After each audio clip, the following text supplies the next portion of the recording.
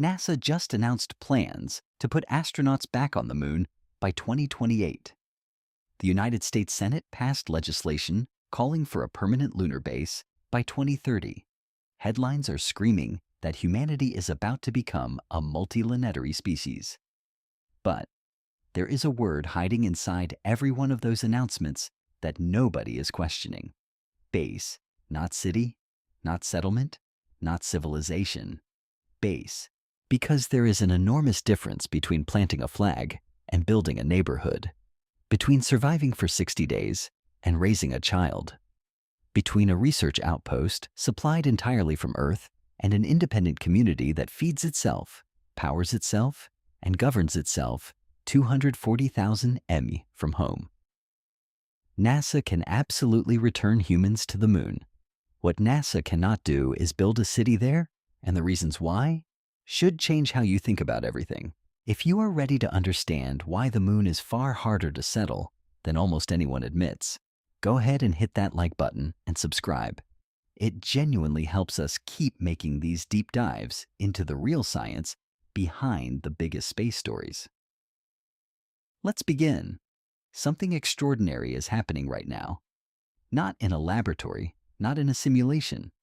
On a launch pad in Florida, a rocket taller than the Statue of Liberty is being prepared to carry 4 human beings around the moon. Their names are Reed Wiseman, Victor Glover, Christina, and Jeremy Hansen. Glover will become the first person of color to reach deep space, will become the first woman. Hansen will become the first non-American. They are real people with real training and a real mission called Artemis 2. Targeting launch no earlier than April 2026. When that rocket ignites, it will produce 8 million pounds of thrust, more than any operational vehicle in history, and send its crew on a 10-day journey that loops behind the moon and returns to Earth at 25,000 miles per hour. This is not a concept. This is not a pitch deck. This is hardware bolted to a launch platform with astronauts in quarantine preparing to fly, and Artemis 2 is only the beginning. Behind it sits a sequence of missions escalating in ambition at a pace that would have seemed absurd a decade ago. Artemis 3, now scheduled for mid-2027, will test critical rendezvous and docking procedures in low Earth orbit, potentially involving one or both commercially developed lunar landers, the SpaceX Starship Human Landing System, and Blue Origin's Blue Moon. Artemis 4, targeted for early 2028, is planned as the first crewed lunar landing since Eugene Cernan stepped off the surface in December 1972. After that, NASA intends to launch roughly 1 crewed lunar mission per year, building toward a sustained human presence at the moon's south pole. The AY's own timeline envisions a foundational surface habitat arriving in the early 2030s, stays of up to 180 days. Nuclear fish reactors providing continuous power through the 14-day lunar night. Pressurized rovers for long-distance exploration. An orbital station called Gateway, serving as a waypoint between Earth and the surface. Every piece of this architecture is being designed, contracted, and built right now by teams of engineers working across multiple continents. The pace of development behind the scenes is staggering. The Axiom Extravehicular Mobility Unit, the next-generation spacesuit designed for lunar surface operations, has passed internal reviews and is undergoing further evaluation by NASA with assembly of the first flight unit underway. The European service module that powers the Orion spacecraft is on track for delivery. SpaceX has conducted multiple test flights of its Starship vehicle, iterating toward the orbital refueling capability required to send a fully loaded lander to the lunar surface. Blue Origin is building its Blue Moon lander under a separate contract to provide redundancy and competition. The power and propulsion element and habitation and logistics outpost, the first 2 modules of the Lunar Gateway, are in development with launch planned no earlier than 2027. Each of these components represents years of engineering effort and billions of dollars of investment converging toward a single objective: returning humans to the moon and keeping them there longer than Apollo ever imagined. The political machinery is moving just as fast. On March 4th, 2026, the United States Senate Committee on Commerce, Science, and Transportation passed the NASA Authorization Act of 2026. The legislation explicitly directs NASA to establish a lunar surface moon base for the purpose of developing a permanent crewed United States presence on the moon. The bill's language calls for long-duration habitation, robotic and industrial operations, and the advancement of science, technology, and strategic interests. A White House executive order issued in December 2025 set a target of 2030 for initial base elements. Senator Ted Cruz, chairing the committee, framed the directive in terms that would have sounded like science fiction a generation ago. He said, "The United States must build a permanent moon base so that America gets there before China does." Senator Maria Canwell, the committee's ranking member, echoed the urgency, emphasizing that the legislation supports a path forward that will get astronauts to the moon as soon as possible while establishing a program for a permanent outpost. A companion bill is circulating in the House. Funding is being allocated. The bureaucratic machinery of the world's most powerful government is grinding toward a goal that would have been dismissed as fantasy 15 years ago. China is not standing still. The China Manned Space Agency is targeting a crewed lunar landing no later than 2030. Its Long March 10th rocket and Lanu lander have passed critical static fire and demonstration tests. China and Russia are jointly developing the International Lunar Research Station, a phased lunar outpost with its own architecture, its own timeline, and its own geopolitical logic. The station is designed to evolve from an initial robotic phase into a crewed facility capable of sustained operations. Unlike Artemis, which concentrates on the South Pole, the Chinese-Russian architecture envisions a broader footprint with potential for expansion across multiple surface locations. The competition is not abstract. Both nations are building flight hardware. Both have committed public timelines. Both understand that whoever establishes a lasting presence on the moon first will shape the rules, the norms, and the strategic landscape of SIS Luna space for decades to come. Against this backdrop, the public narrative has crystallized into something powerful and seductive. We are going back. We are staying. We are building. The word that keeps appearing in headlines and legislation and press conferences is permanent. Permanent presence, permanent base, permanent habitation. And because the human imagination is exceptionally good at connecting dots that may not actually touch, the leap from permanent base to city feels small, natural, inevitable. If we can land astronauts, we can build a base. If we can build a base, we can expand it. If we can expand it, eventually it becomes a settlement. Eventually a town. Eventually, something that looks like the opening shot of every lunar colony in every science fiction film ever made. Domes on the horizon, streets under glass, children looking up at the Earth through skylights. The dream practically writes itself. And that dream is exactly where the problem begins, because there is a word embedded in every official document, every press release, every congressional authorization, every technical roadmap that almost nobody stops to examine. That word is base. Not city, not settlement, not colony, not community, base. And in the language of space engineering, base means something extremely specific. It means a facility, a workplace, a location where trained personnel rotate through on fixed schedules to perform defined tasks supported entirely by logistics from somewhere else. A base is to a city what a fire station is to the neighborhood it serves. Essential, functional, crewed, but not a place where people live in the fullest sense of that word. This distinction matters more than almost anything else in the conversation about humanity's future on the moon, because the gap between a base and a city is not a gap you can close with more funding, more launches, or more political will. It is a gap defined by physics, biology, economics, governance, and industrial capability, it is a gap so wide that confusing one side with the other leads to expectations that no agency, no nation, and no technology currently in development can meet. Let me make this concrete with 4 definitions that will anchor the rest of this story. The first tier is a crewed mission. This is a visit. Astronauts launch from Earth, travel to the Moon, perform tasks on the surface for a defined period, and return home. Apollo was this.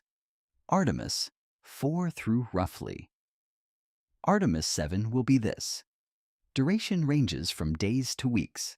Everything the crew needs comes with them or is prepositioned by robotic cargo deliveries. When the mission ends, the site may be abandoned entirely or left in standby mode, awaiting the next visit. A crewed mission is camping. High-tech camping in the most extreme environment humans have ever entered, but camping nonetheless. You bring everything. You leave when supplies run low. You depend entirely on the vehicle that brought you for your ride home. The second tier is a lunar base. This is a workplace with infrastructure that persists between visits. Habitation modules remain on the surface. Power systems operate autonomously during the long lunar night. Rovers and scientific instruments continue functioning when no crew is present, collecting data, maintaining systems, awaiting the next rotation. But the base is not continuously occupied. Crews arrive, work, depart. The base waits. This is what the Artemis Base Camp concept describes. The foundational surface habitat, the pressurized rover for multi-week excursions, the unpressurized rover for local traversals, the surface power systems running on nuclear fission. Together they constitute a base, a very impressive base, a historically unprecedented base, but still a base. Still a workplace that shuts down between shifts, even if the shifts last months and the workplace sits on another world. The third tier is a permanently inhabited outpost. This is a facility where at least some crew members are present at all times. The International Space Station is the closest analogy. It has been continuously occupied since November 2nd, 2000. Over 25 years of uninterrupted human presence in low Earth orbit. Crew rotations ensure someone is always aboard. Life support systems recycle approximately 98% of the water supply.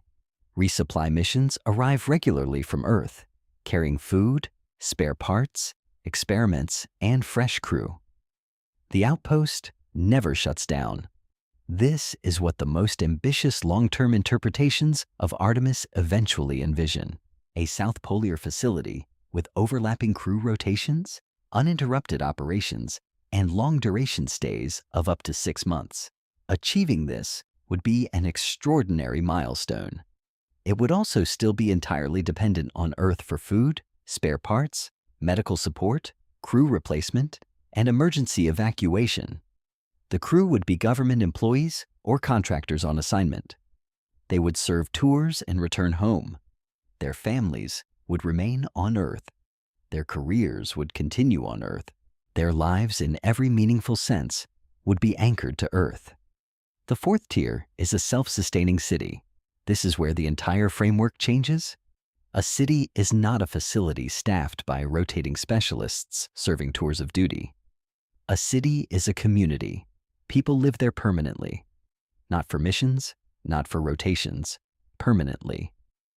They raise families, they educate children, they build careers that exist entirely within the city's economy. They grow food locally at agricultural scale. They manufacture goods locally from local resources. They generate energy locally with redundant systems capable of operating indefinitely. They govern themselves through local institutions with legal authority, courts, property rights, public services. They do not depend on resupply from Earth for survival. If the supply ship stopped coming, the city would endure, not comfortably, not without hardship, but it would endure because it has the internal capacity to feed itself, shelter itself, power itself, repair itself, govern itself, and reproduce itself across generations. This fourth tier is what people imagine when they hear the phrase city on the moon. And this fourth tier is what no space agency on Earth is building, planning, funding, or architecting. Not because they have chosen not to, because the requirements are so far beyond current capability that they do not yet fit within any realistic engineering roadmap. The confusion between these tiers is not accidental. It is driven by language, by politics, and by the natural human tendency to see progress as a continuous escalator rather than a series of discrete cliffs. When a senator says permanent moon base, your brain hears the word permanent and fills in the rest. Permanent means lasting. Lasting means growing. Growing means city. The logic feels airtight. But it is not logic. It is narrative momentum. And narrative momentum has no obligation to respect engineering constraints. That narrative momentum is not generated by accident. It is manufactured, often unintentionally, by the visual and cultural language surrounding every lunar program announcement. When NASA releases concept art for the Artemis base camp, those images do not show a cramped four-person module surrounded by barren regolith. They show sweeping panoramas of illuminated habitats, rovers traversing scenic ridgelines, astronauts working beneath soft interior lighting in spaces that look more like modern apartments than spacecraft cabins. The concept art for the foundational surface habitat depicts a structure that resembles a comfortable research lodge, not a survival capsule in a radiation-soaked vacuum. These images are produced for legitimate reasons. They communicate engineering intent. They inspire public support. They attract the next generation of scientists and engineers. But they also train the viewer to see the moon as a place where human life looks recognizably comfortable. The visual language erases the seals, the airlocks, the radiation monitors, the dust mitigation systems, the emergency pressure doors, and the ever-present awareness that a single failure could kill everyone inside. It replaces operational severity with architectural elegance. And once that replacement occurs in the public imagination, the mental distance between base and city shrinks to almost nothing. Science fiction completes the work that concept art begins. Decades of films, novels, television series, and video games have depicted lunar settlements as the natural first chapter of humanity's expansion into the solar system. In these stories, the moon base is always the beginning. It grows. It expands. It becomes a colony, then a city, then a spaceport, then a hub of interplanetary commerce. The narrative arc is always upwards. The trajectory is always from small to large, from temporary to permanent, from outpost to civilization. This arc is so deeply embedded in popular culture that it functions as an unexamined assumption. Of course, a base becomes a city. That is what bases do in every story we have ever told about space. The possibility that a base might remain a base indefinitely, that it might serve its purpose brilliantly without ever growing into something larger, does not appear in the cultural script. It feels like failure, even though it is not. It feels like stagnation, even when it represents sustained, extraordinary achievement. The assumption that a base inevitably becomes a city is not a logical conclusion. It is a narrative reflex, and breaking free of it requires confronting the difference between how stories work and how engineering works. Consider the Artemis trajectory more carefully. Artemis 2 flies astronauts around the moon without landing. Artemis 3 tests docking procedures in Earth orbit.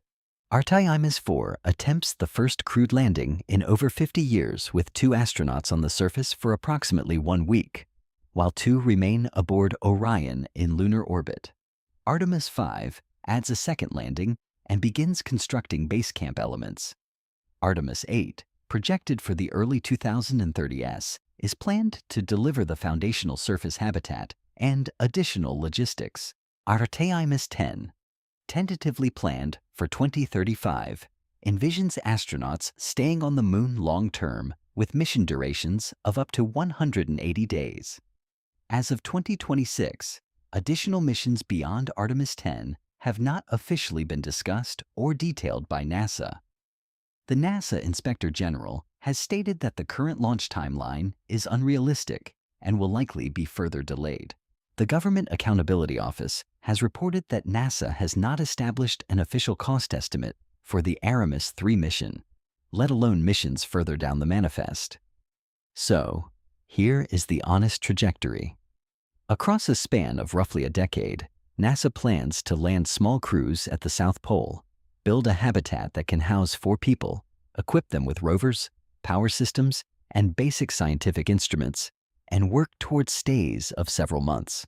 Every one of these milestones requires technology that is still being developed. The spacesuits are still being tested. The landers are still being built.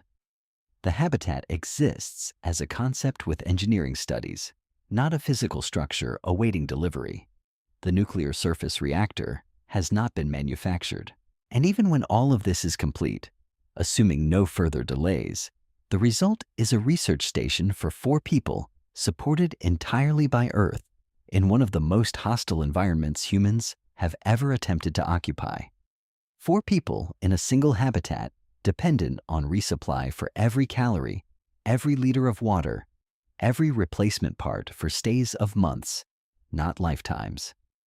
This is the actual plan, and it is ambitious beyond anything that has been achieved since Apollo. But it is not a city. It is not close to a city. It is not on a path that leads to a city without a series of technological, economic, and institutional transformation so profound that they would represent revolutions in human capability comparable to the Industrial Revolution itself. The reason this distinction matters is that public discourse has collapsed all 4 tiers into a single narrative. People hear lunar base and think lunar city. They see a habitat module and imagine a neighborhood. They read about water ice extraction and picture farms. They hear permanent and assume generational. And this collapse of categories creates expectations that will inevitably collide with reality, generating either disillusionment or worse, a loss of public support for the real and valuable work that NASA is actually doing. Because here is what makes this story so important to tell honestly. The things NASA is building are genuinely remarkable. Returning humans to the moon after more than half a century is a monumental achievement. Establishing a sustained research presence at the South Pole would be one of the most significant milestones in the history of human exploration. Developing nuclear surface power, testing in situ resource utilization, operating pressurized rovers across lunar terrain, conducting science in permanently shadowed craters where water ice has been locked away for billions of years. These are capabilities that will advance human knowledge and technology in ways that ripple outward to benefit life on Earth for generations. None of this should be diminished. None of this should be dismissed. But none of this should be confused with something it is not. The confusion is particularly dangerous because it distorts the public conversation about resources and expectations. If people believe NASA is building a city, they will judge the AY's progress against city-scale expectations. When those expectations are not met because they cannot be met with the tools and budgets available, the resulting disappointment could erode political support for the programs that are actually achievable and genuinely worthwhile. The greatest threat to the real Artemis program is not a hydrogen leak on the launch pad. It is not a delayed heat shield. It is the gap between what the public expects and what the program was designed to deliver. Now, some will argue that this is exactly how progress works. Apollo started with a single landing and was supposed to lead to a permanent presence. The argument goes that if we just keep building incrementally, mission by mission, the base will grow into a settlement, and the settlement will grow into a city. This is the escalator theory of space development, and it has a powerful intuitive appeal. We see this pattern everywhere in human history. A trading post becomes a village becomes a town becomes a city. Surely the same organic growth can happen on the moon. But this argument ignores a critical reality. Apollo did not lead to a permanent presence. The program flew 6 successful landings between 1969 and 1972, and then it stopped. Not because the technology failed, not because astronauts refused to go, because the political will evaporated, because the economic case was never established, because sustaining a human presence on the moon requires ongoing investment at a scale that no democratic government has ever maintained for a program with no direct economic return to taxpayers. The Apollo hardware was so expensive to operate and so narrowly designed for short missions that it could not evolve into a sustained program without a complete redesign that Congress was unwilling to fund. The escalator stopped, the door closed, and it stayed closed for over 50 years. The escalator theory also assumes that each step naturally leads to the next. But in reality, each step requires its own independent justification. Landing astronauts justifies itself through national prestige and scientific discovery. Building a base justifies itself through technology development and geopolitical competition with China. But building a city requires an entirely different class of justification. It requires an economic reason for thousands of people to live permanently on the moon. It requires industries that generate revenue exceeding the astronomical cost of operating in a vacuum. It requires a quality of life that makes people choose to stay rather than return to Earth. It requires birth rates and education systems and healthcare infrastructure and cultural institutions. None of these follow automatically from building a base. Each one demands its own solution to problems that are entirely distinct from the problems of exploration.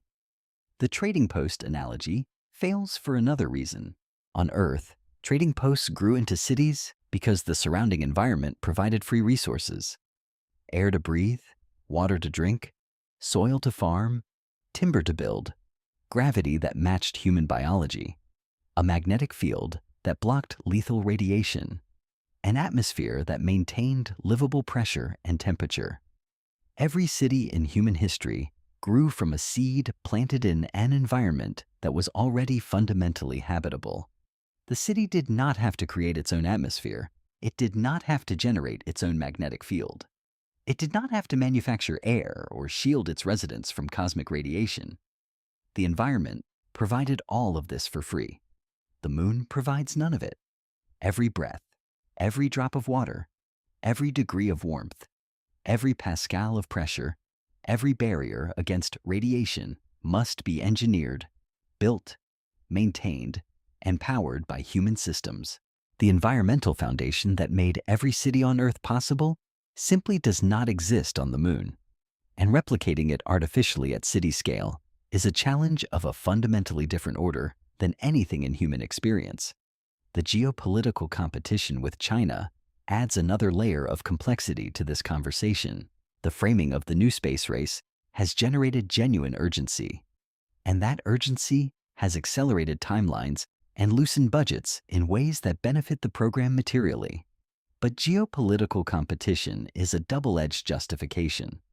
It motivates rapid action, but it also rewards symbolic achievements over sustainable development. The political incentive is to be first, not to be permanent. If the goal is to beat China to the South Pole, the optimal strategy is a series of crewed landings that demonstrate capability and establish presence quickly. That strategy does not require a city. It requires flags, footprints, and functioning hardware on the surface. And once the symbolic victory is achieved, once the geopolitical point is made, the political urgency that funded the program may fade, just as it did after Apollo 11. Just as it did after the Space Shuttle program lost its post-Challenger momentum, just as it happens with every program whose primary justification is geopolitical rather than economic. This is not cynicism. This is the historical pattern repeated with painful consistency across 6 decades of space exploration. The United States landed 12 astronauts on the moon between 1969 and 1972. Every one of them came home. No base was built. No permanent infrastructure was left behind. The flags are still there, bleached white by decades of unfiltered solar radiation. The descent stages of the lunar module sit silently on the regolith, monuments to a program that ended not because it failed, but because its political justification expired. The political conditions that enabled Apollo were specific, temporary, and unrepeatable in their exact form. The political conditions enabling Artemis may prove equally transient, no matter how permanent the language in the authorization bill sounds today. None of this means the moon will remain untouched. The current momentum is real and likely to produce genuine results that will reshape humanity's relationship with its nearest celestial neighbor. Humans will walk on the lunar surface again within the next few years. Hardware will be placed on the South Pole that remains and functions for years between crew visits. Science will be conducted that reshapes our understanding of the moon's formation, its volatile resources, and its potential as a platform for deeper space exploration. International partnerships will deepen. Commercial capabilities will expand. The cost of reaching the lunar surface will decrease as competition between SpaceX, Blue Origin, and future entrants drives innovation. The moon will become a more familiar destination, not a more distant one. But familiar and settled are not the same thing. A destination you visit repeatedly is still a destination.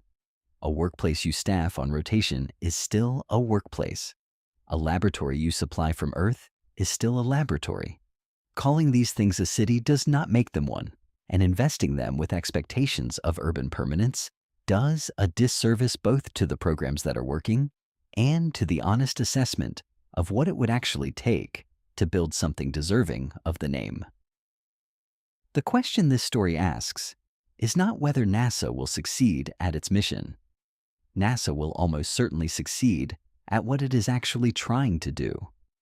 The real question is whether what NASA is trying to do bears any structural resemblance to building a city. And the answer, when examined honestly against the physical, institutional, and economic realities, is no. Not because NASA lacks ambition, not because the engineers lack talent, not because the politicians lack commitment, but because building a city on the moon requires solving problems that fall entirely outside the mandate, the capability, and the institutional design of any space agency that has ever existed. To understand why, we need to look at the moon itself, not as a destination, not as a symbol, not as a geopolitical prize, as a physical environment. Because the moon is not merely difficult to live on. The moon is actively hostile to the kind of permanent large-scale human presence that the word city implies. And the nature of that hostility is not what most people imagine. The dangers of the lunar surface are well known in general terms. No air, no liquid water, extreme temperatures, low gravity. But what matters for our question is not whether these hazards exist. What matters is how they behave when you try to scale from a 4-person habitat to a community of thousands. Problems that are solvable at mission scale become overwhelming at city scale. Engineering solutions that work for a single module collapse when applied to a neighborhood. Redundancy that protects a crew of 4 cannot protect a population of 10,000. This compounding effect is the central argument of what comes next. It is the reason why the gap between a base and a city is not a gap of degree, but a gap of kind. And it is the reason why the most honest answer to the question in our title is not that it would be very hard, or that it will take a very long time, or that it probably will not happen soon. The most honest answer is that building a true city on the moon requires capabilities so far beyond current technology, current economics, and current institutional design that the project belongs to a different era of human civilization entirely.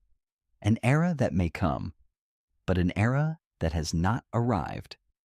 And the next part of this story will show you exactly why. The moon looks peaceful from Earth.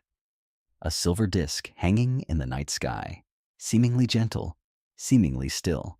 Poets have written about its beauty for thousands of years. Astronauts who have seen it up close describe something very different. Buzz Aldrin called the lunar surface magnificent desolation. That word desolation carries more scientific weight than most people realize. Because the moon is not just empty, It is aggressively, relentlessly, mechanistically hostile to human life in ways that go far beyond the absence of air. Every square meter of the lunar surface is a machine for killing human beings, operating continuously, silently, and without any prospect of stopping. And while that hostility can be managed for short visits by small crews in heavily engineered habitats, it becomes a fundamentally different problem when you try to scale human presence from a research station to a city. This part of the story is not about danger in the generic sense. Everyone knows the moon is dangerous. What matters for the question of whether a city can exist there is something more specific. It is the way individual hazards compound and interact.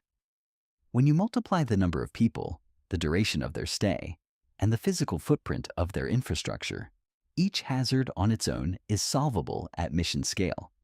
Together, at city scale, they form a wall that current engineering cannot climb. Start with radiation, not as a vague threat, but as a measured quantified physical reality. The moon has no global magnetic field. It has no atmosphere.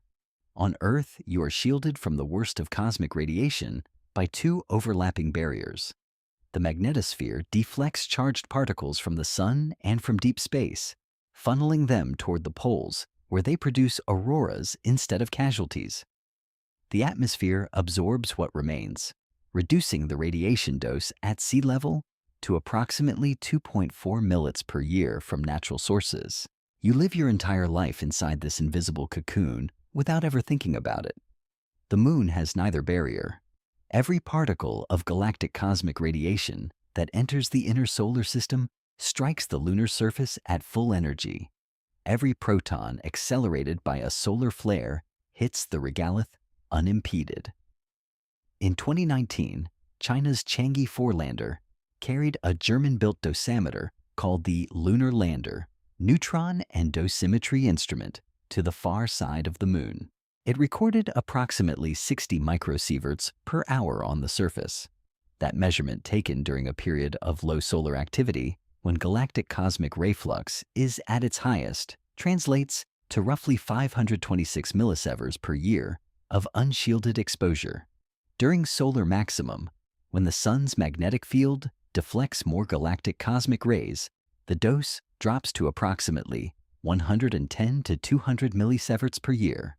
But solar maximum also brings solar particle events, sudden bursts of high-energy protons from solar flares, and coronal mass ejections that can deliver acute doses exceeding 1 sever in a matter of hours.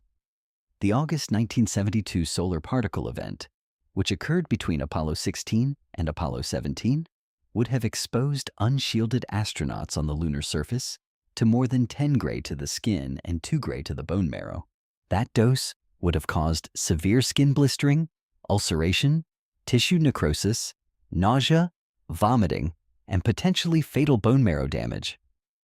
NASA's current career space permissible exposure limit is 600 millisieverts total accumulated dose for an astronaut's entire career. At the unshielded lunar surface dose rate during solar minimum, an astronaut would approach that career limit in roughly 14 months. During solar maximum, the chronic dose is lower, but a single large solar particle event could push an astronaut past their limit in hours. Now, for a mission, this is manageable. You limit surface time, you schedule extravehicular activities carefully, you build a habitat with enough shielding to reduce the chronic dose. You include a radiation storm shelter with additional mass to protect against solar particle events. For 4 people spending 6 months at a base, the engineering is difficult, but achievable. NASA has studied regolith shielding extensively, piling lunar soil over a habitat to a depth of approximately 10 G per square. CM reduces solar particle event doses below 30-day regulatory limits, increasing the shielding to 180 G per square cm, equivalent to roughly 1 m of packed regolith, reduces galactic cosmic ray doses by about 25% compared to an unshielded environment. That is significant, but not transformative. Galactic cosmic rays are so energetic that no practical amount of passive shielding eliminates them entirely. The particles simply have too much energy.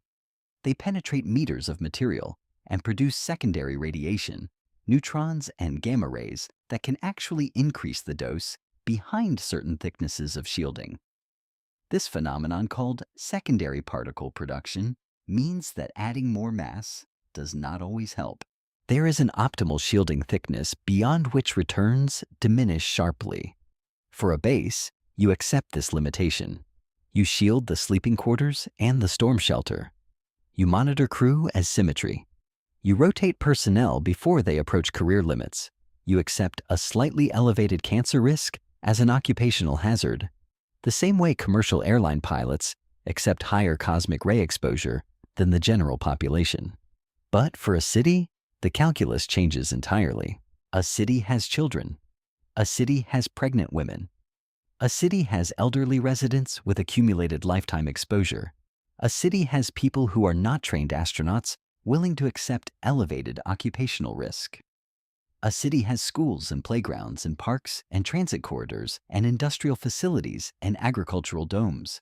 Every single one of these spaces must be shielded to a standard that protects not the healthiest and most risk-tolerant adults on Earth, but the most vulnerable members of a diverse permanent population.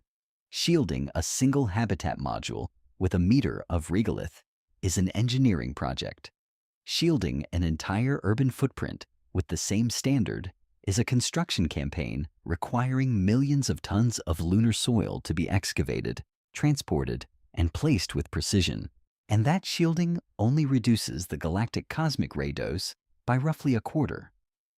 To achieve Earth-level radiation protection on the lunar surface, you would need to build underground, bearing habitable volume beneath meters of rock, or retreating into lava tubes whose roofs provide natural shielding. Lunar lava tubes are real. Orbital observations suggest some are large enough to contain entire cities, but accessing them, reinforcing them, pressurizing them, and building livable infrastructure inside them are challenges of a scale that no engineering team has ever attempted. The estimated stable temperature inside a lava tube is approximately 17 degrees C, which is favorable, but the structural integrity of a tube that has been undisturbed for billions of years and must now support pressurized habitation, utility systems, transportation infrastructure, and agricultural facilities has never been tested. Using a lava tube as a city site is an attractive concept on paper and an almost entirely uncharacterized engineering problem in practice. Radiation alone does not prevent a lunar city, but it constrains the design so severely that every other challenge becomes harder. Every habitable space must be buried or heavily shielded. Every surface activity must be time-omited and monitored. Every resident accumulates dose continuously, and no amount of administrative control can reduce galactic cosmic ray exposure to Earth normal levels using any shielding technology that currently exists. For a base, you work within these constraints. For a city, the constraints reshape the entire concept of urban life into something unrecognizable. Now add lunar dust, not as a nuisance, but as a systemic engineering antagonist.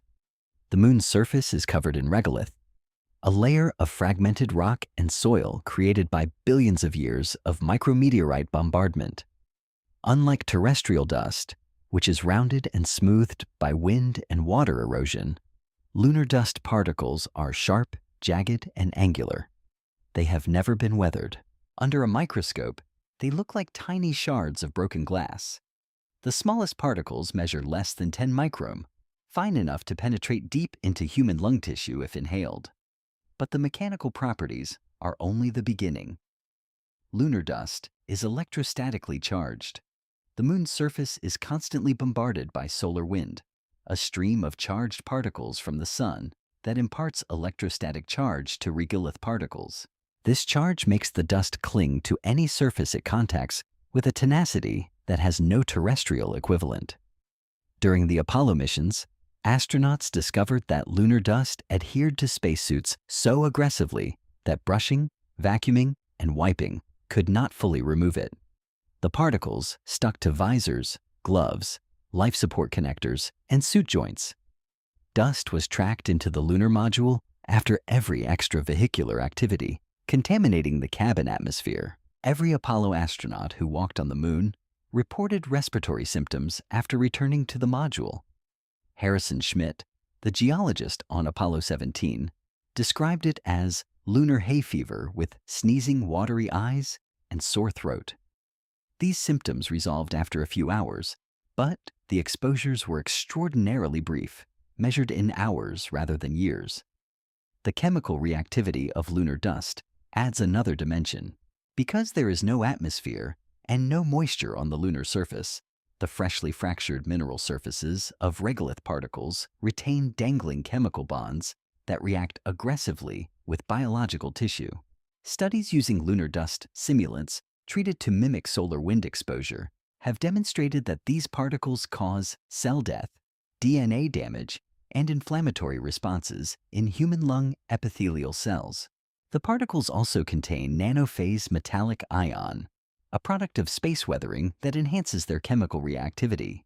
Peer-reviewed toxicology studies published in the journal NPJ Microgravity have concluded that while the full spectrum of health effects from chronic low-dose lunar dust exposure is not yet well understood, the mechanical irritancy and chemical reactivity of the particles pose serious potential risks, including pulmonary inflammation, fibrotic remodeling, and chronic respiratory disease.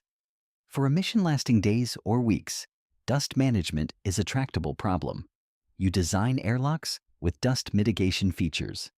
You develop electrodynamic dust shields that use electric fields to repel charged particles from surfaces. You limit the number of airlock cycles. You use dedicated suits that remain outside the pressurized habitat. You accept that some contamination will occur and manage it with air filtration. NASA has been actively developing these technologies, testing electrodynamic dust shields on the International Space Station and on commercial lunar landers. But for a city, the problem scales exponentially. A city of thousands would require hundreds or thousands of airlock cycles per day as workers, maintenance crews, rover operators, and surface construction teams move between pressurized and unpressurized environments. Every cycle introduces dust. Dust accumulates on mechanical seals, degrading their integrity over time. It coats optical surfaces, reducing the efficiency of solar panels and sensors. It infiltrates electrical connectors, creating short circuits. It erades moving parts and mechanisms, reducing their operational lifespan. On Apollo missions, regolith ate through spacesuit boots and degraded the vacuum seals of sample containers within hours of exposure. For a base with a small crew conducting limited surface operations, the maintenance burden is manageable.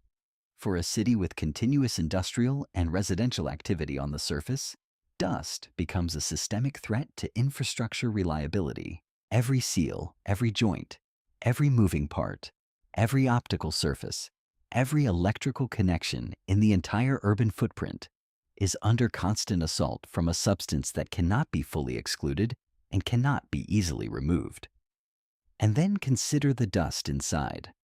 In a pressurized city environment, any dust that enters the atmosphere becomes a respiratory hazard for every resident. Children whose lungs are still developing would be particularly vulnerable. Elderly residents with reduced pulmonary function would face elevated risk. Air filtration can remove particles from the atmosphere, but the ultrafine fraction particles, smaller than 2.5 micron, is the most biologically dangerous and the most difficult to capture. Long-term exposure to respirable mineral dust on Earth causes silicosis, a progressive and irreversible fibrotic lung disease. Lunar dust shares many of the characteristics that make terrestrial silica dangerous. Fine particle size, crystalline structure, chemical reactivity, and adds unique hazards including electrostatic adhesion and nanopace iron content. No one has studied the effects of chronic multi-year low-level lunar dust inhalation on human health because no one has ever been exposed for that long. The longest lunar surface stay in history was Apollo 17 at approximately 75 hours total, with roughly 22 hours spent outside on extravehicular activities. Extrapolating from 75 hours to a lifetime is not science.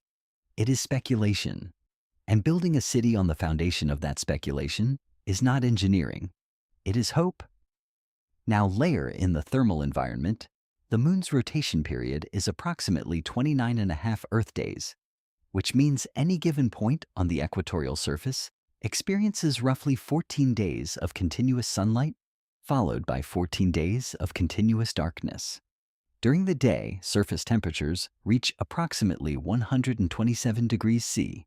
During the night, they plunge to approximately minus 173 degrees C. That is a swing of 300 degrees C every lunar day cycle. No common structural material on Earth is designed to endure thermal cycling of this magnitude indefinitely. Metals expand and contract. Seals degrade, joints fatigue, connections loosen. Over years and decades, the thermal environment slowly destroys any infrastructure exposed to it, unless that infrastructure is specifically designed to accommodate extreme thermal stress. The South Pole locations being targeted for Artemis offer a partial advantage. Elevated crater rims near the poles receive near-constant sunlight, which moderates temperature extremes and provides consistent solar power. But the permanently shadowed regions, where water ice is expected to exist, are among the coldest environments in the solar system, with temperatures dropping below minus 230 degrees. Any infrastructure that connects sunlit areas to permanently shadowed regions must bridge an extraordinary thermal gradient. Pipelines, cables, transport routes, and structural supports crossing this gradient face engineering challenges that have no precedent in terrestrial construction. For a base, you choose your location carefully. You build on a sunlit ridge. You keep your habitat in a thermally favorable zone. You send robotic missions into the permanently shadowed regions to extract water ice and return it to the base. The thermal challenge is localized and managed through site selection and operational discipline. For a city, the thermal environment constrains everything. An urban footprint extending across multiple kilometers would inevitably span regions with different thermal profiles. Transit infrastructure connecting different parts of the city would need to function across thermal gradients. Industrial facilities processing regolith or extracting volatiles would generate their own thermal loads that must be managed in a vacuum where convective cooling does not exist. Heat rejection in a vacuum is accomplished only through radiation, which is far less efficient than convective or conductive cooling in an atmosphere. Every watt of waste heat produced by city infrastructure must be radiated into space through large surface areas. At city scale, thermal management becomes one of the dominant engineering challenges, consuming energy, adding mass, and constraining the physical layout of every structure. Now consider vacuum. The moon has no atmosphere. The surface pressure is approximately 3*10⁻15 atmospheres, effectively a perfect vacuum by any engineering standard. On Earth, buildings are passive structures. They stand because gravity holds them down, and the atmosphere exerts equal pressure on all surfaces. They require no active systems to maintain a breathable interior environment. Walls keep out weather, but do not hold in air. Doors can be left open. Windows can be broken without catastrophic consequences. On the moon, every habitable space is a pressure vessel. The internal atmosphere must be maintained at a pressure of roughly 1 atmosphere, or some reduced pressure oxygen-enriched mixture, against a perfect vacuum outside. This pressure differential exerts enormous force on the walls, seals, windows, hatches, and penetrations of every structure. A single square meter of wall at 1 atmosphere of differential pressure bears a load of approximately 10,300 kilograms. Every penetration, every window, every door, every utility connection, every airlock is a potential point of catastrophic failure. A breach in a pressurized habitat on the moon does not result in a drafty room. It results in explosive decompression that can kill everyone inside within minutes. For a base housing 4 people in a single module, pressure integrity is managed through rigorous quality control, redundant seals, constant monitoring, and emergency protocols. The module is a spacecraft. It is built to spacecraft standards. It is tested and certified like a spacecraft. The crew is trained to respond to pressure emergencies like spacecraft crew. For a city, pressurized volume must be scaled from tens of cubic meters to potentially millions of cubic meters. The number of seals, penetrations, connections, hatches, windows, and structural joints increases by orders of magnitude. Each one is a potential failure point. Each one must maintain integrity for decades, not months. The probability of a pressure breach somewhere in the system over a period of years approaches certainty. This means city-scale pressurized infrastructure must be designed with compartmentalization so thorough that any breach is contained before it kills more than a small number of people. It must include rapid response pressure doors that seal automatically. It must provide emergency breathing equipment accessible within seconds from any point in the city. It must assume that breaches will happen regularly and design for survival rather than prevention alone. This is not how cities work on Earth. On Earth, structural failure in one building does not threaten the survival of the entire neighborhood. On the Moon, a structural failure in one pressurized section can propagate through connected volumes if compartmentalization fails. The interconnected nature of urban infrastructure, transit corridors, utility conduits, pedestrian passages creates pathways for pressure loss to spread. Designing against this risk at city scale requires an architectural philosophy that has more in common with submarine design than with urban planning. Every room is a potential independent survival zone. Every corridor is a potential pressure boundary. Every door is a potential blast door. This is not a city in any sense that humans have ever built or inhabited. It is a survival machine shaped like a city. But the pressure constraint is not just an engineering problem. It is a quality of life problem that reshapes the entire human experience of living. Consider what daily existence inside a permanently sealed pressure vessel actually means. On Earth, you open a window when a room feels stuffy. On the Moon, opening a window kills everyone in the room. On Earth, you walk outside to clear your head. On the Moon, walking outside requires a pressure suit, an airlock cycle, a dust mitigation protocol, a radiation exposure budget check, and a return deadline. On Earth, a delivery arrives at your door. On the Moon, every object entering the habitat must pass through an airlock, be inspected for dust contamination, and be cleared before it enters the pressurized environment.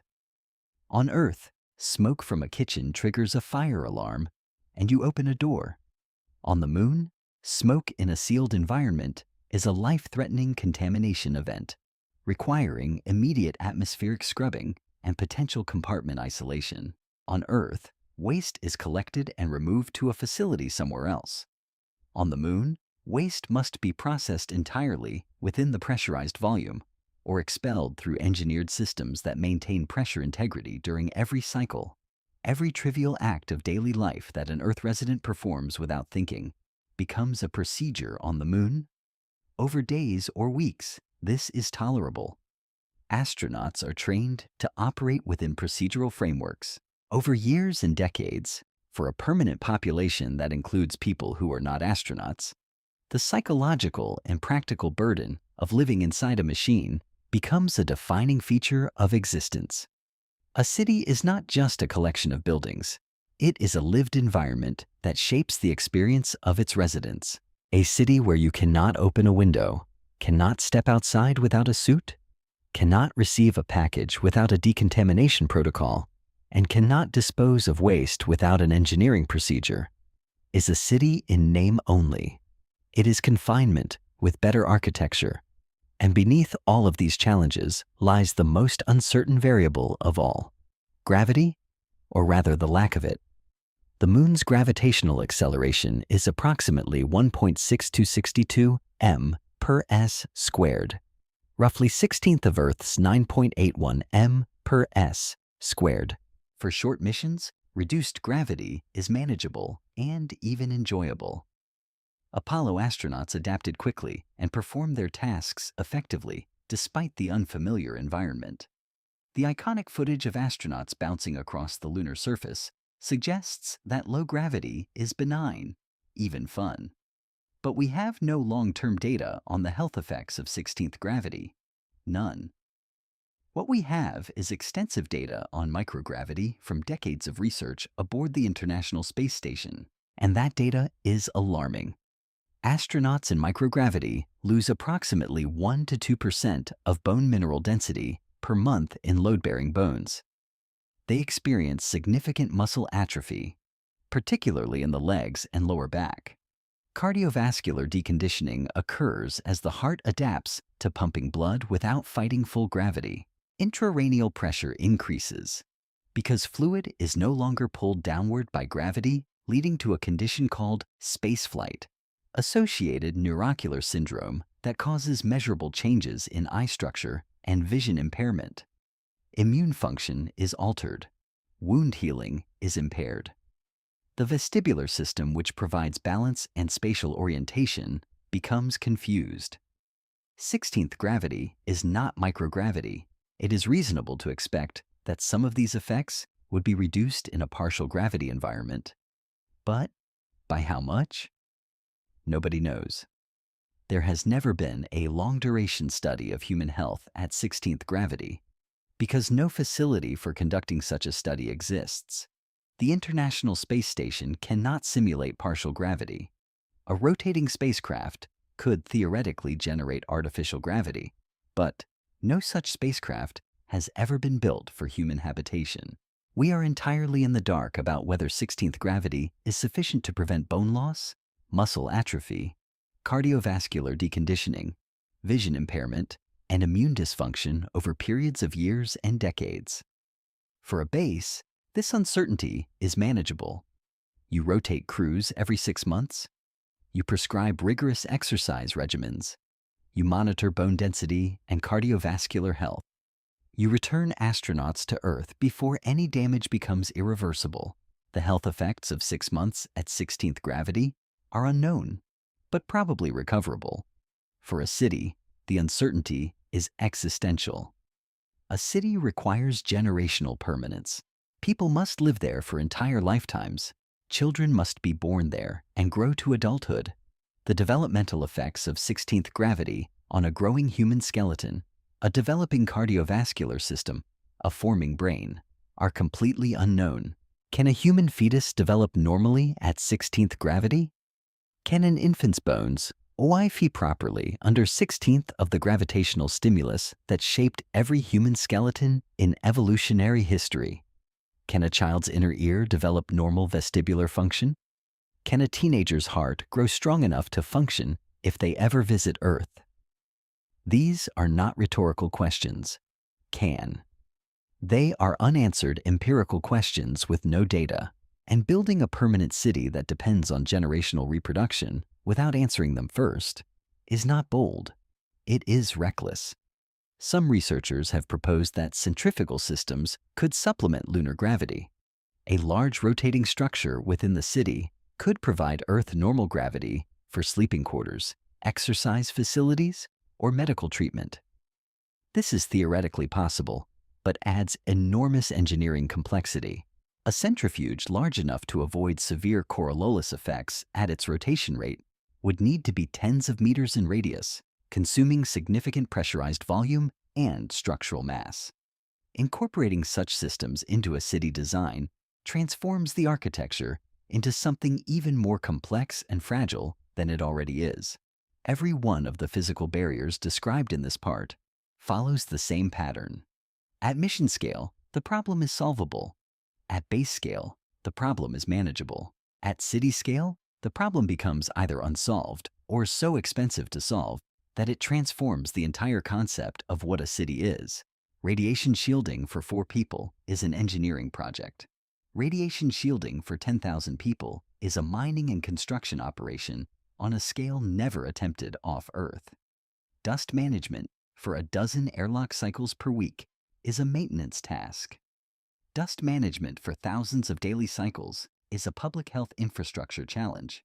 Thermal control for a single habitat is a system design problem. Thermal control for an urban footprint is a thermodynamic engineering campaign. Pressure containment for one module is a spacecraft certification process.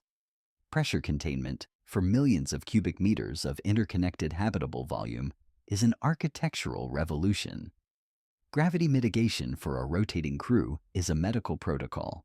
Gravity mitigation for a permanent population, including children, is an unsolved biological question. This is the physical wall, not any single hazard. The compounding interaction of every hazard at a scale that no human institution has ever attempted to address simultaneously in an environment that provides none of the free resources: atmosphere, magnetic shielding, thermal regulation, pressure that makes cities possible on Earth. And here is what makes the wall even higher. Every one of these physical challenges must be solved before you even begin to address the institutional, economic, and organizational challenges of building a city. You cannot govern a community that cannot breathe. You cannot establish an economy in a settlement that cannot survive a pressure breach. You cannot raise children in an environment whose biological effects on development are completely unknown. The physical barriers come first. They are the prerequisite, and they are not close to being met at city scale. But even if every physical barrier described here was somehow solved tomorrow, the Moon City would still face a wall equally formidable, because surviving on the Moon is a physics problem. But building a city there is an institutional problem, a political problem, an economic problem.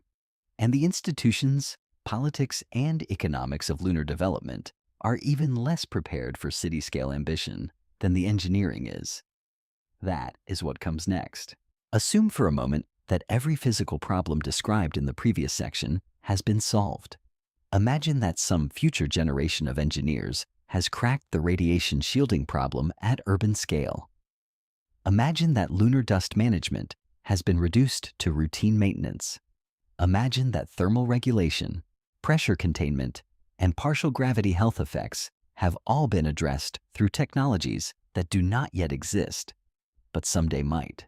Even in this generous hypothetical, a city on the Moon still does not get built because the barriers that remain are not barriers of physics. They are barriers of money, of politics, of organizational structure, and of economic logic. And these barriers are in many ways harder to overcome than the physical ones. You can engineer around a radiation flux. You cannot engineer around a congressional appropriation cycle. Start with the most fundamental constraint: money. NASA does not have a budget for building a city. NASA does not have a budget for building a base. NASA has a budget for building a series of missions that, if everything goes according to plan, will incrementally establish the infrastructure for intermittent crewed surface operations at one location on the Moon over the course of roughly a decade. That budget is under constant political pressure, subject to annual appropriations, vulnerable to presidential transitions, and historically inadequate for the programs it is supposed to fund. In fiscal year 2026, Congress provided approximately $7.8 billion for Artemis systems through its regular appropriations process. An additional $6.7 billion was allocated for Orion Gateway and the Space Launch System through a Reconciliation Act with funds available through fiscal year 2032. These are significant sums. They represent a genuine national commitment to returning humans to the Moon. They are also nowhere near sufficient for anything beyond the existing mission architecture. Consider the cost structure. A single launch of the Space Launch System costs approximately $4 billion. That figure includes not just propellant and launch operations, but the amortized cost of maintaining the workforce, facilities, and supply chain required to build and operate the most powerful rocket in the world. The Trump administration's proposed fiscal year 2026 budget initially sought to cut NASA's total budget by 24%, from $24.8 billion to approximately $18.88 billion, and to cancel the Space Launch System and Orion after Artemis 3. Congress ultimately preserved funding, but the proposal reveals the political fragility of even the existing program. A single budget cycle, with different political priorities, could gut Artemis entirely. The Government Accountability Office has estimated that cost overruns on 3 major Artemis projects total $6.8 billion. NASA has not established an official cost estimate for the Artemis 3 mission, let alone for subsequent missions. The GAO has noted that NASA does not plan to measure the production costs for SLS rockets that constitute a significant proportion of future Artemis-related costs. In other words, the agency building the moon program does not fully know what its own moon program costs. This is not unusual for large government programs. It is, however, a revealing indicator of the institutional relationship between NASA and the kind of cost discipline that a city-scale project would demand. Now consider what a lunar city would actually cost. No rigorous estimate exists because no institution has seriously attempted to plan one. But we can construct rough boundaries using what we know about space logistics and terrestrial construction. The International Space Station, which houses 6 to 7 crew members in low Earth orbit, has cost over $150 billion across its lifetime, including development, assembly, operations, and resupply. It occupies approximately 1,000 m of pressurized volume. It is located approximately 400 kilometers above Earth's surface, reachable in 6 hours by spacecraft. It has been under continuous construction, maintenance, and resupply for over 25 years, and it supports fewer people than a single apartment building. The moon is approximately 1,000 times farther away than the International Space Station. Reaching it requires substantially more energy, more fuel, and more complex mission architectures. Every kilogram delivered to the lunar surface costs vastly more than a kilogram delivered to low Earth orbit. Estimates vary depending on the launch vehicle and mission profile, but figures of tens of thousands to hundreds of thousands of dollars per kilogram to the lunar surface are widely cited in the literature. At the lower end of that range, delivering the mass equivalent of a single International Space Station to the lunar surface would cost on the order of several $100 billion in launch costs alone before a single wall is assembled or a single system is activated. A city for even 1,000 people, a tiny city by terrestrial standards, would require orders of magnitude more pressurized volume than the International Space Station. It would need agricultural facilities, manufacturing infrastructure, power systems, waste processing, water recycling, medical facilities, educational spaces, recreation areas, maintenance shops, storage depots, transportation corridors, and emergency shelters. Conservative estimates suggest that a permanent settlement for 1,000 people would require delivering millions of kg of material to the lunar surface before in situ manufacturing could begin offsetting Earth imports. At current launch costs, this represents a price tag measured in trillions of dollars, not billions, trillions. No nation on Earth has ever committed trillions of dollars to a single infrastructure project. The entire United States interstate highway system, the most ambitious public works project in American history, cost approximately $530 billion in inflation-adjusted terms and took over 35 years to build. It serves 330 million people across a continent with breathable air, drinkable water, natural gravity, and an existing industrial base. A lunar city serving 1,000 people in a vacuum would likely cost several times as much, while serving a fraction of a percent of the population served by the highway system. The political case for such an expenditure does not currently exist. It is not clear what political conditions could make it exist within any foreseeable timeframe. This brings us to the second institutional barrier. The way NASA is structured and the way its goals are defined are fundamentally misaligned with settlement. NASA is an exploration agency. Its mandate, established by the National Aeronautics and Space Act of 1958 and refined through subsequent legislation, centers on the expansion of human knowledge of the Earth and of phenomena in the atmosphere and space. The AWI's culture, workforce, procurement systems, and institutional incentives are all organized around the design and execution of missions. Missions have defined objectives, timelines, success criteria, and end dates. They launch, they operate, they conclude, data is collected, reports are written, the next mission begins. A city has no end date. A city does not have a mission success criteria document. A city does not launch, operate, and conclude. A city grows, adapts, evolves, and persists. It generates its own objectives. It defines its own success. It does not report to a program office in Houston. It governs itself. The institutional architecture required to plan, build, and sustain a city is fundamentally different from the institutional architecture required to plan, execute, and evaluate a mission. This is not a criticism of NASA. It is a description of what NASA was designed to do and what it was not designed to do. An agency organized around missions cannot smoothly transform into an agency organized around settlement, any more than a hospital can smoothly transform into a hotel. Both involve buildings with beds and staff who care for occupants. But the institutional logic is entirely different. The goals are different. The metrics are different. The organizational structure is different. Asking NASA to build a city is like asking a research university to build and operate a shopping mall. The university has engineers, architects, budget managers, and project planners. It has many of the individual capabilities required, but its institutional purpose, its culture, its incentive structure, and its accountability systems are not aligned with retail commerce. It would build a very academic shopping mall that no one would want to shop in. NASA's Artemis program explicitly describes its lunar objectives in terms of exploration and technology development.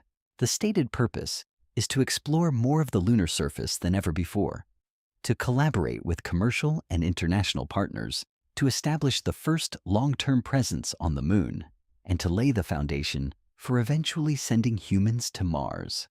Every one of these objectives is an exploration objective. None is a settlement objective. The Moon in NASA's architecture is not a destination in itself. It is a proving ground, a stepping stone, a test bed for Mars. The AY's own framing treats the Moon as a waypoint, not a home. This means that every design decision in the Artemis architecture reflects exploration priorities rather than settlement priorities. The foundational surface habitat assumes a crew of 4 serviced by resupply missions from Earth on a regular cadence. It is not designed to be expanded by its occupants using local resources. It is not designed to support families. It is not designed to grow food at scale. It is not designed to manufacture replacement components from lunar materials. It is a research station, an exceptionally capable research station that will enable groundbreaking science, but a research station nonetheless.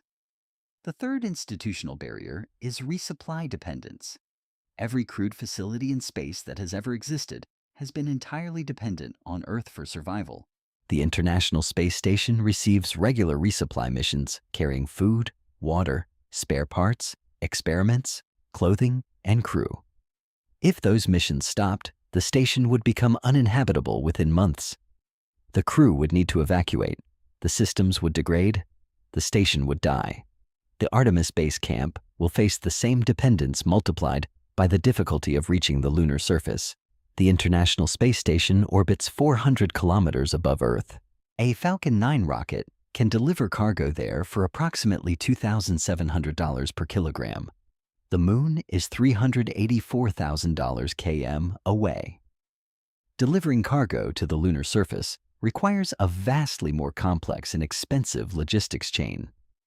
Every calorie consumed by an astronaut at the South Pole was grown on Earth, processed on Earth, packaged on Earth, loaded onto a rocket on Earth, launched to orbit, transferred to a lunar transit vehicle, flown to lunar orbit, transferred to a lander, and descended to the surface.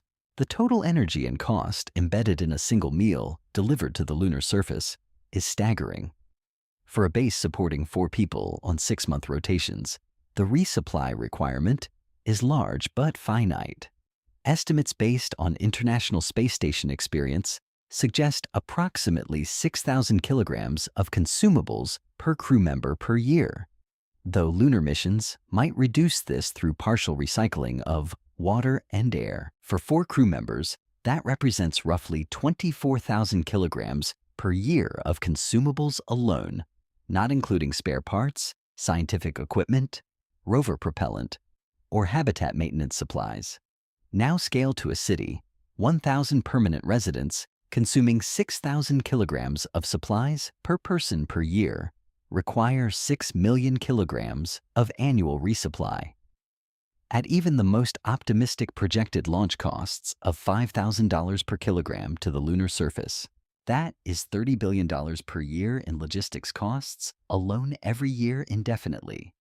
This figure does not include the cost of building or maintaining the city itself. It does not include crew transport.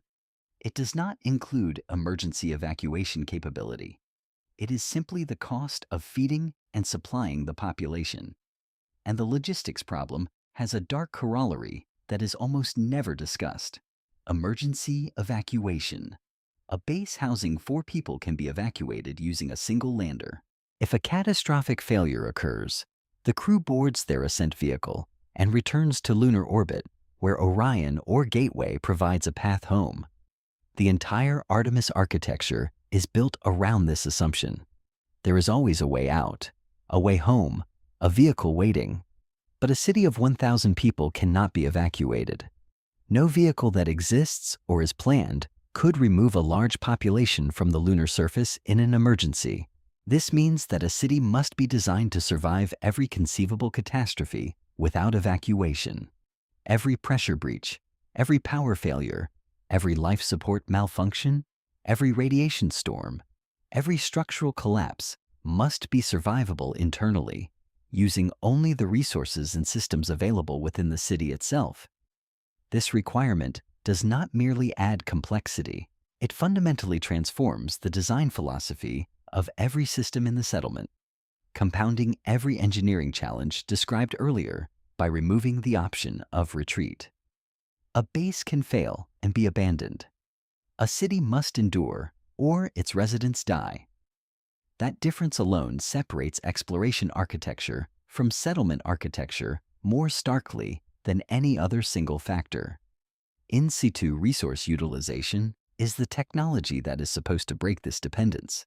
ISRU encompasses a range of processes for extracting useful materials from the lunar environment. The highest priority target is water ice in permanently shadowed craters at the South Pole. Water can be split into hydrogen and oxygen through electrolysis, providing breathable air and rocket propellant. Regolith can theoretically be processed into construction materials, metals, and glass. Lunar soil contains oxygen bound in mineral oxides that can be extracted through various chemical processes. The promise of ISRU is real. The technology has been demonstrated at laboratory scale on Earth. NASA has funded multiple ISRU research programs and plans to test extraction technologies on the lunar surface during Artemis missions. But the gap between laboratory demonstration and industrial production is enormous. Extracting water ice from permanently shadowed craters requires operating mining equipment in complete darkness at temperatures below -230 degrees. The ice is not sitting in convenient deposits. It is mixed with regolith at concentrations that may be as low as a few percent by weight. Extracting useful quantities requires processing vast amounts of material. The energy requirements are substantial. The equipment must function autonomously in one of the most extreme environments in the solar system. No ISRU system has ever produced usable quantities of any resource on the lunar surface. The technology readiness level for lunar ISRU at industrial scale remains low. Even optimistic projections place meaningful production capabilities years or decades in the future. And meaningful in this context means enough to supplement base operations, not enough to sustain a city. The gap between producing a few liters of water from regolith as a technology demonstration and producing millions of L per year as a municipal water supply is not a gap of incremental improvement. It is a gap of industrial revolution. The fourth barrier is the absence of manufacturing self-sufficiency. A city does not just consume resources, it produces them. It manufactures the tools, components, and systems it needs to sustain itself. It processes raw materials into finished goods. It repairs what breaks. It replaces what we build new structures as the population grows. On Earth, this manufacturing capability exists within a global industrial ecosystem of extraordinary complexity. A single smartphone contains materials sourced from dozens of countries, processed in specialized facilities, assembled using tools that are themselves products of other specialized facilities. The supply chain that produces modern goods is a web of interdependencies spanning the entire planet. A lunar city cut off from this web would need to replicate enough of it to survive, not all of it. A lunar city does not need to manufacture smartphones, but it does need to manufacture pressure seals, air filtration components, water recycling membranes, electrical connectors, structural fasteners, thermal insulation, radiation shielding elements, medical devices, agricultural equipment, power system components, and thousands of other items that wear out, break down, or need replacement over the lifetime of a permanent settlement. If any critical component cannot be manufactured locally and cannot be delivered from Earth in time, the city fails. No technology roadmap from any space agency addresses manufacturing self-sufficiency on the Moon. Three-dimensional printing using lunar regolith has been proposed for producing structural elements. The process of heating powdered material until it fuses has been demonstrated with regolith simulants in laboratory conditions. But producing a structural brick from said regolith is a very long way from producing a functioning pressure seal, a biocompatible medical implant, or a high-efficiency solar cell. The diversity of materials and processes required for even a minimal manufacturing base is staggering. Metals must be extracted from ores and refined. Polymers must be synthesized from precursor chemicals. Semiconductors must be fabricated in cleanroom conditions. Glass must be produced with controlled optical properties. Each of these processes requires specialized equipment, energy, expertise, and quality control. Building this capability on the Moon from scratch is not a project. It is a civilization-building exercise. The fifth barrier is governance. Cities have governments. They have laws, courts, police, tax systems, property registries, building codes, public health regulations, environmental standards, educational mandates, labor protections, and dispute resolution mechanisms. These institutions are not luxuries. They are the invisible infrastructure that makes collective human life possible. Without governance, a city is not a city. It is a camp where the strongest prevail and the weakest suffer. Nothing in the current legal or institutional framework for lunar operations addresses governance at settlement scale. The Outer Space Treaty of 1967, the foundational document of international space law, prohibits national appropriation of celestial bodies. No nation can claim sovereignty over any part of the Moon. This prohibition was designed to prevent a colonial land grab, and it has been largely effective. But it also means that no legal framework exists for establishing property rights on the lunar surface. Without property rights, you cannot have a real estate market. Without a real estate market, you cannot have private investment in permanent structures. Without private investment, you cannot have an economy. Without an economy, you cannot have a city. The Artemis Accords, signed by over 40 nations as of 2026, attempt to create a framework for peaceful cooperation and resource utilization on the Moon. They establish principles of transparency, interoperability, and the extraction of space resources in accordance with the Outer Space Treaty. But the Accords are not a legal code. They do not establish a court system. They do not create a tax authority. They do not define who has jurisdiction when a dispute arises between residents of a lunar settlement operated by a multinational consortium. They are a set of principles, useful and important, but entirely insufficient as the legal foundation for a functioning urban community. The governance gap is not merely a legal technicality. It reflects a deeper truth about the relationship between institutions and settlement. Every successful city in human history has existed within a governance framework that preceded it. The framework may have been monarchical, democratic, colonial, or corporate, but it existed. People did not build cities and then invent governance afterward. They built cities because governance frameworks created the conditions of stability, predictability, and rule of law that made collective investment rational. On the moon, no such framework exists, and creating one requires international agreement of a kind that has proven extraordinarily difficult to achieve on issues far less complex than the governance of an extraterrestrial city. The sixth barrier is the one that underlies all the others: economic purpose. Every city on Earth exists because it generates economic value. Cities are not charity projects. They are not monuments. They are not experiments. They are concentrations of human activity that produce more wealth than they consume. People move to cities because cities offer economic opportunities.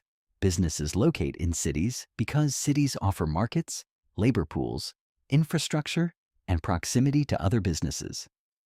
The economic logic of urbanization is the gravitational force that pulls cities into existence and sustains them across centuries. The moon has no economic logic for urbanization. Not yet. Perhaps not ever.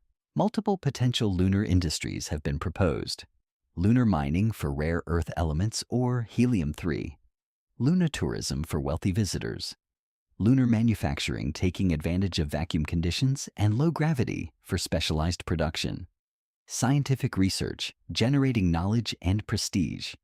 Each of these proposals has been studied. None has produced a viable business case at the scale needed to support permanent urban infrastructure.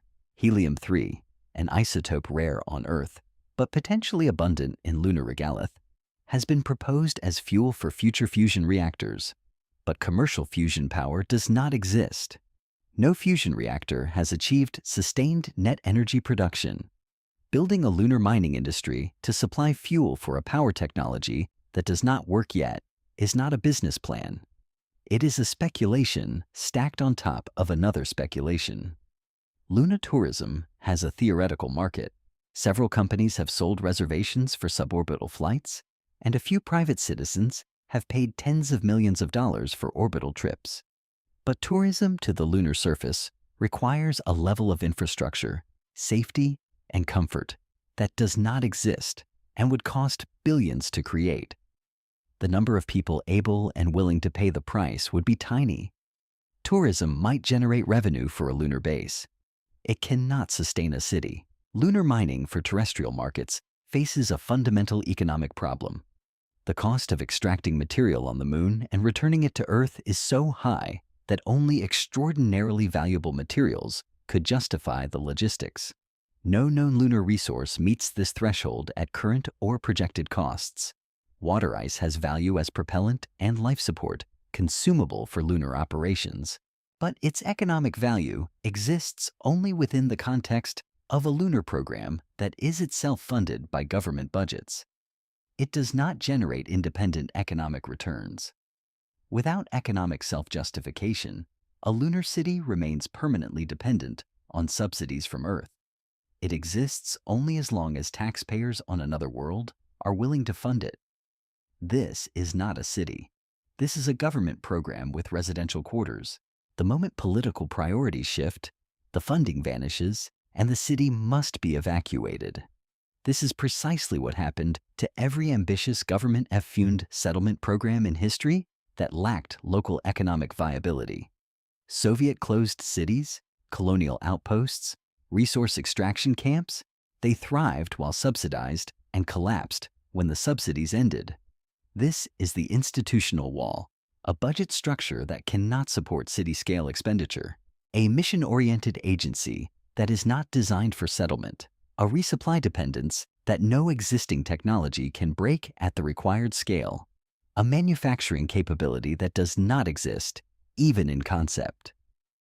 A governance vacuum that no international body is prepared to fill, and an economic logic that provides no self-sustaining reason for a city to exist. NASA is not failing at building a moon city. NASA was never asked to build one, never funded to build one, never designed to build one. The agency is doing exactly what it was created to do: exploring, discovering, developing technology, pushing the boundary of what humans can achieve in space. And it is doing this work with extraordinary competence under extraordinary constraints. The mismatch is not between NASA and the moon. It is between NASA and the expectations that have been projected onto its mission by a public that hears permanent base and imagines a permanent city. Those expectations are not NASA's fault. They are not even unreasonable given the language that politicians and media use to describe the program. But they are wrong. And the distance between what is expected and what is possible is not a gap that more money or more time will close. It is a categorical difference between two fundamentally different kinds of human enterprise. Exploration requires courage, engineering, and political will. Settlement requires all of those plus economic self-sufficiency, industrial capacity, legal infrastructure, social institutions, and generational commitment on a scale that no human project has ever achieved off the surface of Earth. The moon will be explored. It is being explored right now. But the step from exploration to settlement is not a step on the same staircase. It is a leap to an entirely different building. And that building has not been constructed yet. What remains is the honest question. If not a city, then what? What will the moon actually become? What role will it play in human civilization? And is there a path, however long and uncertain, from where we are to where the dream imagines we could be? That is where this story ends. Not with the door closing, but with a clear view of what lies on the other side. So where does this leave us? Not in despair, not in cynicism, not in the comfortable position of declaring the moon pointless or the dream dead. The dream is not dead. The physics is real. The institutional constraints are real, and the economic gap is real. But reality is not the enemy of ambition. Reality is the material from which actual achievement is built. And the actual achievements that the moon will produce over the coming decades are worth understanding clearly without the distortion of expectations borrowed from science fiction and inflated by political rhetoric. Let me describe as honestly as possible what the moon will actually become over the next 20 to 30 years if current programs proceed roughly as planned. Artemis 2 will fly astronauts around the moon and return them to Earth, demonstrating the Orion spacecraft's life support, navigation, and re-entry capabilities on a crewed deep space mission for the first time since 1972. This mission is not symbolic. It is a critical engineering shakedown that tests every system that future landing missions will depend on. If it succeeds, it unlocks the door to everything that follows. If it reveals problems, those problems get solved before lives are risked on the surface. Artemis 3 and subsequent missions will progressively test rendezvous, docking, and eventually crewed landing operations. When the first Artemis astronauts step onto the lunar surface, likely during the Artemis 4 mission in 2028, if timelines hold, they will arrive at the South Pole with capabilities that dwarf anything Apollo achieved. They will land using commercial vehicles developed by SpaceX or Blue Origin. Vehicles designed for reuse and capable of delivering far more payload than the Apollo Luna module ever carried. They will wear next-generation spacesuits built by Axiom Space that allow greater mobility and longer surface operations.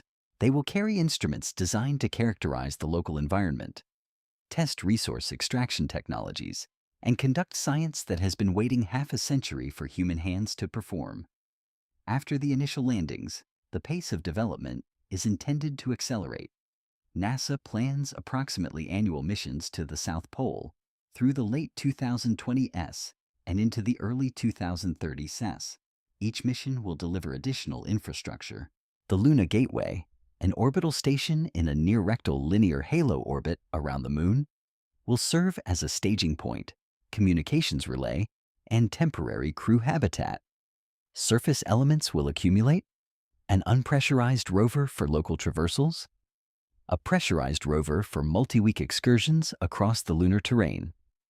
Power systems initially solar, potentially nuclear, by the end of the decade.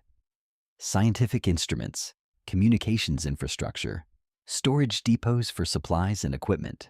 The foundational surface habitat planned for delivery around the Artemis 8 timeframe in the early 2030s will mark a genuine inflection point. For the first time, astronauts will have a dedicated surface shelter capable of supporting extended stays independent of the lander. The habitat will provide life support, thermal control, radiation shielding, waste management, and workspace for a crew of 4. It will be the Moon's first building, not a tent, not a spacecraft parked on the surface. A building designed to remain, designed to be revisited, designed to accumulate capability over successive missions.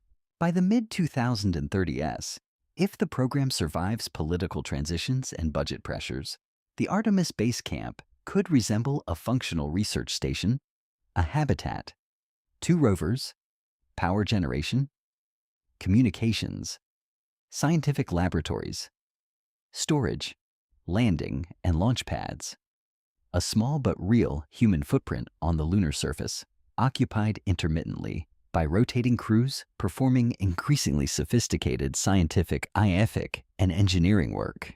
Some of that work will focus on in situ resource utilization, experiments designed to determine whether water ice can be extracted from permanently shadowed craters in useful quantities, tests of regolith processing for construction materials, demonstrations of oxygen extraction from mineral oxides. These experiments will not produce industrial quantities of anything. They will produce data, and that data will determine whether the next phase of lunar development is feasible. This is what NASA will build, not a city, not a settlement, a research station in one of the most extreme environments human beings have ever worked in, and it will be extraordinary. But it is essential to understand what this research station actually represents in the broader taxonomy of human presence, because the language used to describe it will inevitably overshoot the reality. And calibrating expectations now is the only way to protect the program from the backlash of disappointment later. What the Artemis Base Camp represents is an outpost, a crude, intermittently occupied, Earth-dependent outpost on the surface of another world. It will be comparable in function, though not in environment, to the most isolated research stations on Earth. And the most instructive comparison is Antarctica. The Antarctic Treaty System, established in 1959, designates Antarctica as a scientific preserve and bans military activity, mineral mining, and territorial sovereignty claims on the continent. Under this framework, dozens of nations operate research stations across Antarctica. Some have been continuously occupied for over 60 years. McMurdo Station, the largest Antarctic facility, supports over 1,000 personnel during the austral summer and approximately 250 through the winter. It has a harbor, airstrips, dormitories, laboratories, a power plant, a water treatment facility, a fire station, and a chapel. Palmer Station, Amundsen Scott South Pole Station, and scores of smaller outposts dot the continent, housing researchers from around the world who study climate, geology, biology, astronomy, and atmospheric science. Antarctica has been continuously occupied by humans for more than a century, if you count early expedition huts, and permanently staffed for over 60 years under the treaty system.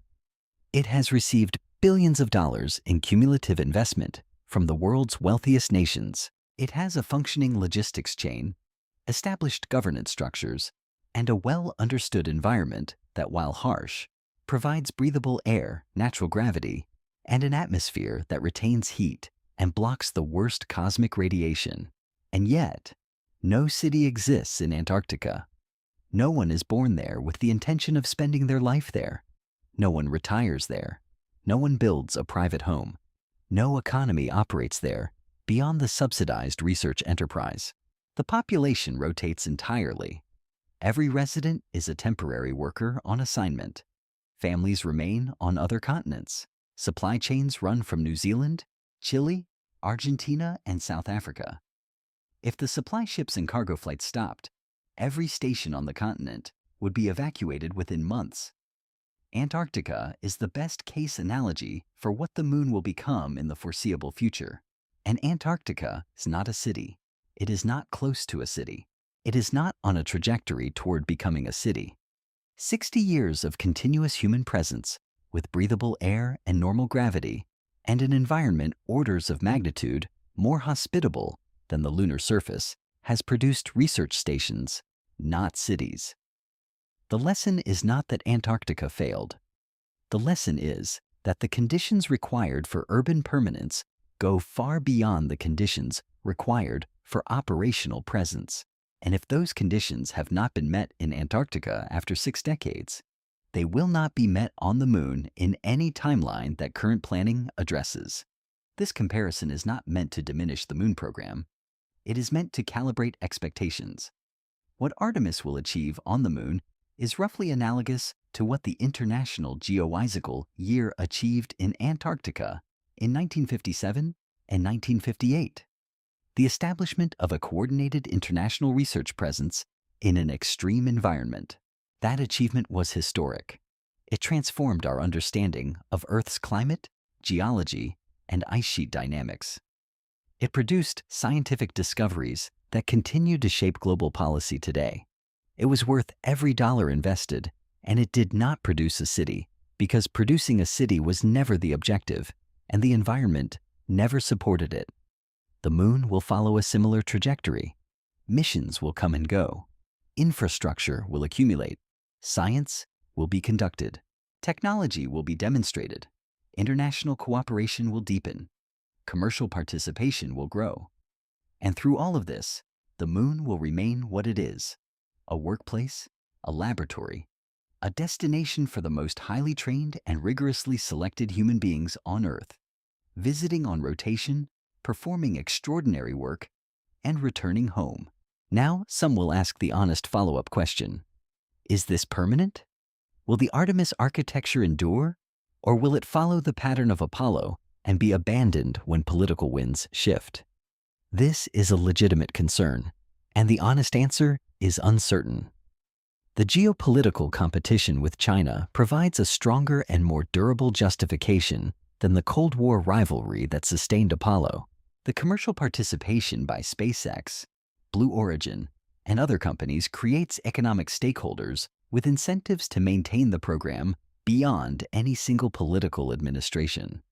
The international partnerships embedded in the Artemis framework distribute both the costs and the political ownership of the program across multiple nations, making unilateral cancellation more difficult.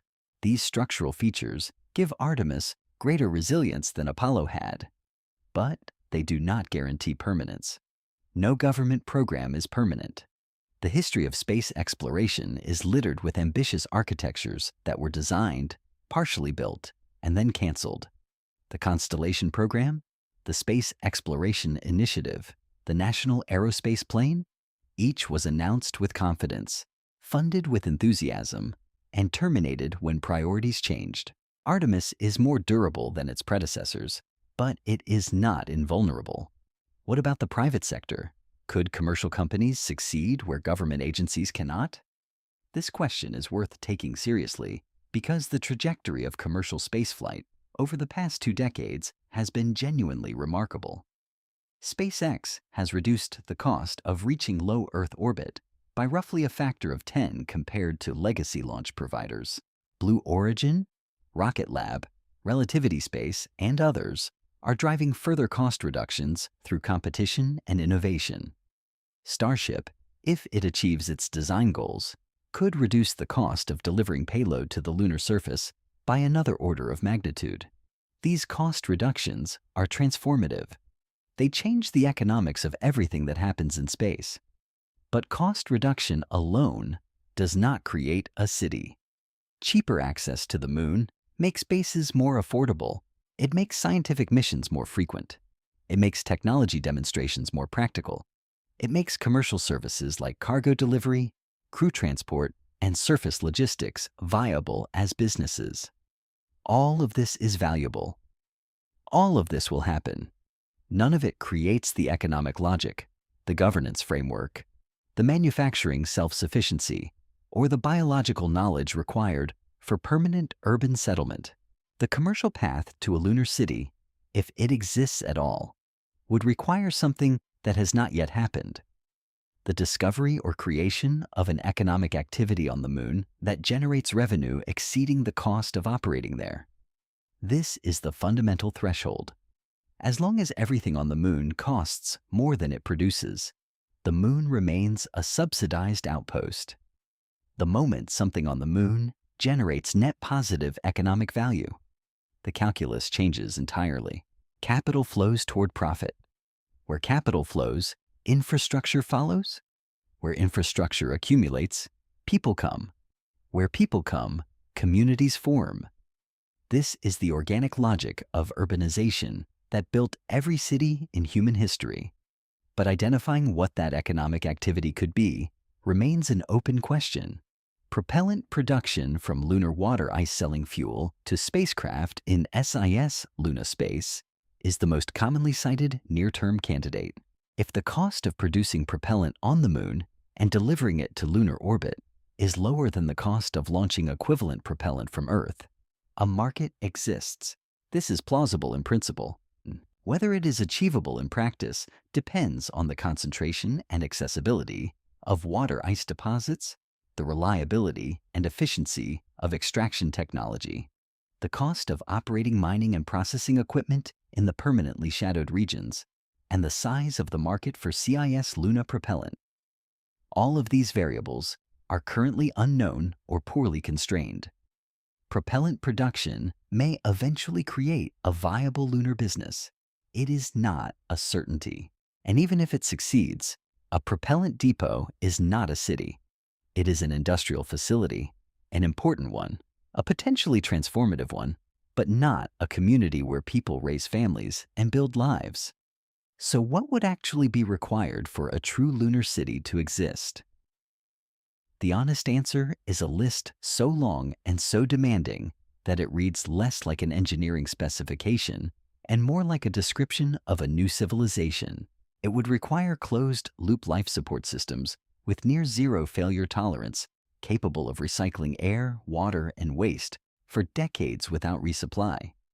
It would require food production at agricultural scale inside sealed pressurized environments, using artificial lighting, manufactured soil or hydroponic systems, and biological diversity sufficient to provide adequate nutrition for a permanent population, including children, pregnant women, the elderly, and the ill.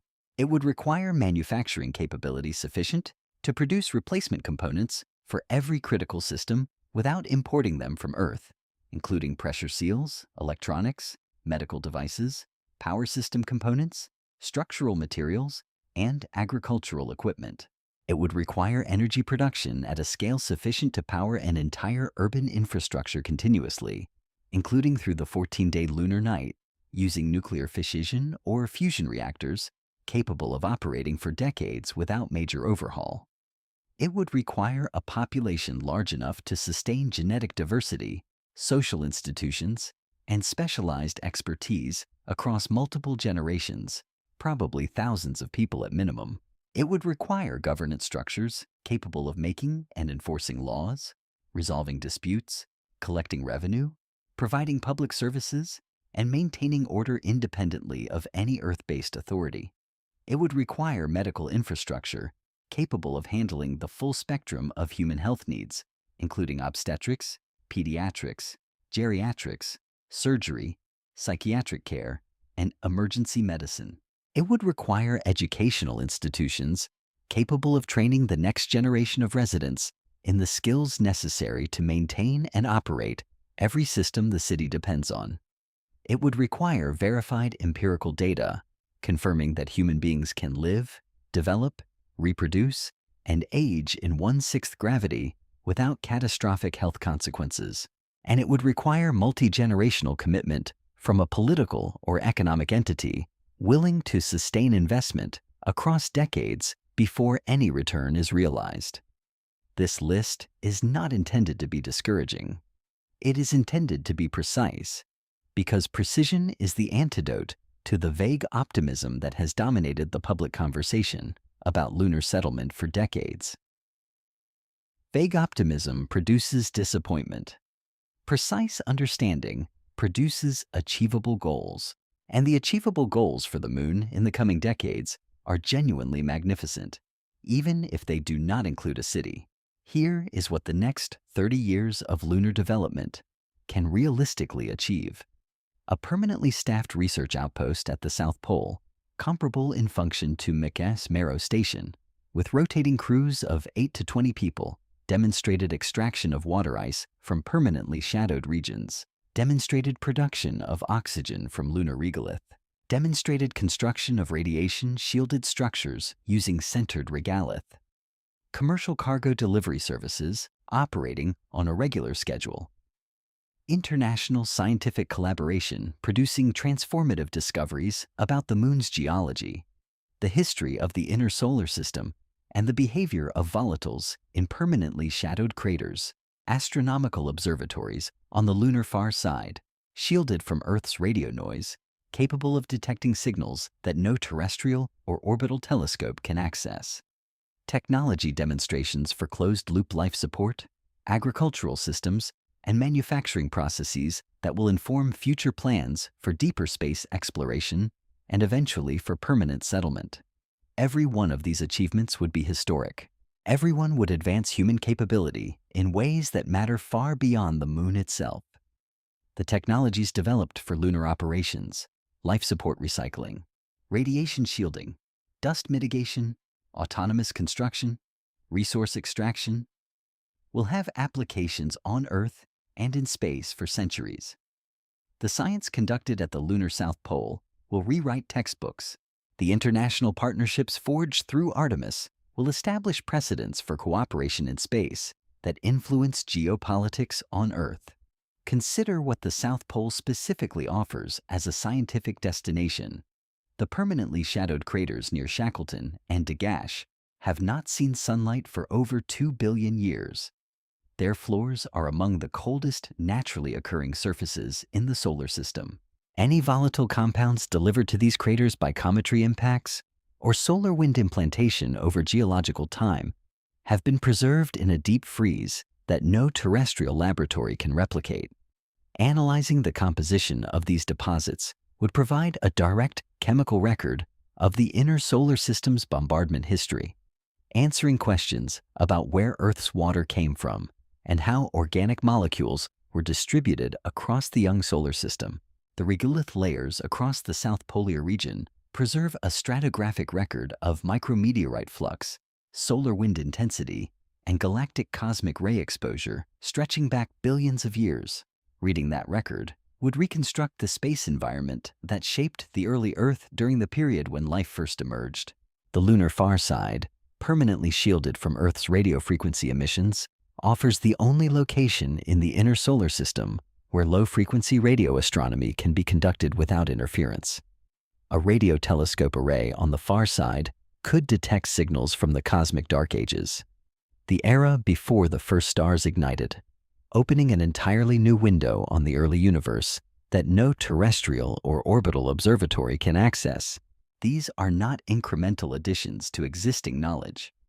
They are discoveries that could reshape our understanding of planetary formation, the origins of life, and the structure of the early cosmos. The moon does not need to become a city to justify its place in human civilization. It needs to become exactly what it is becoming, a laboratory without equal.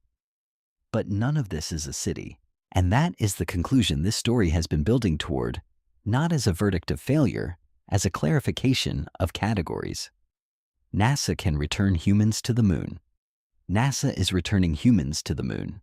NASA can build infrastructure on the moon that persists and grows across decades. NASA can help establish a research presence that transforms our understanding of the solar system.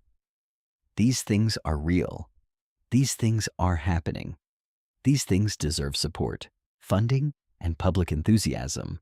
What NASA cannot do, what no space agency can do, what no government on Earth is currently structured to do, is build a true self-sustaining city on the moon. The physical barriers are too severe. The institutional frameworks are too narrow.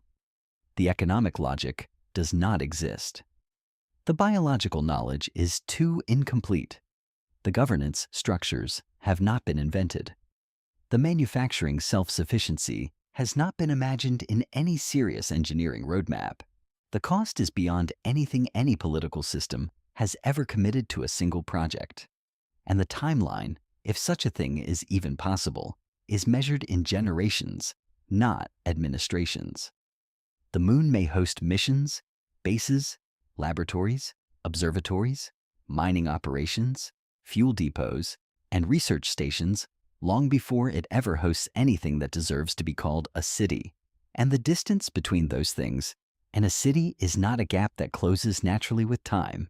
It is a gap that closes only when humanity develops capabilities it does not currently possess. Capabilities in biology, in manufacturing, in governance, in economics, and in the fundamental willingness to commit resources across generations to a project whose benefits accrue to people not yet born. There is a profound honesty in accepting this.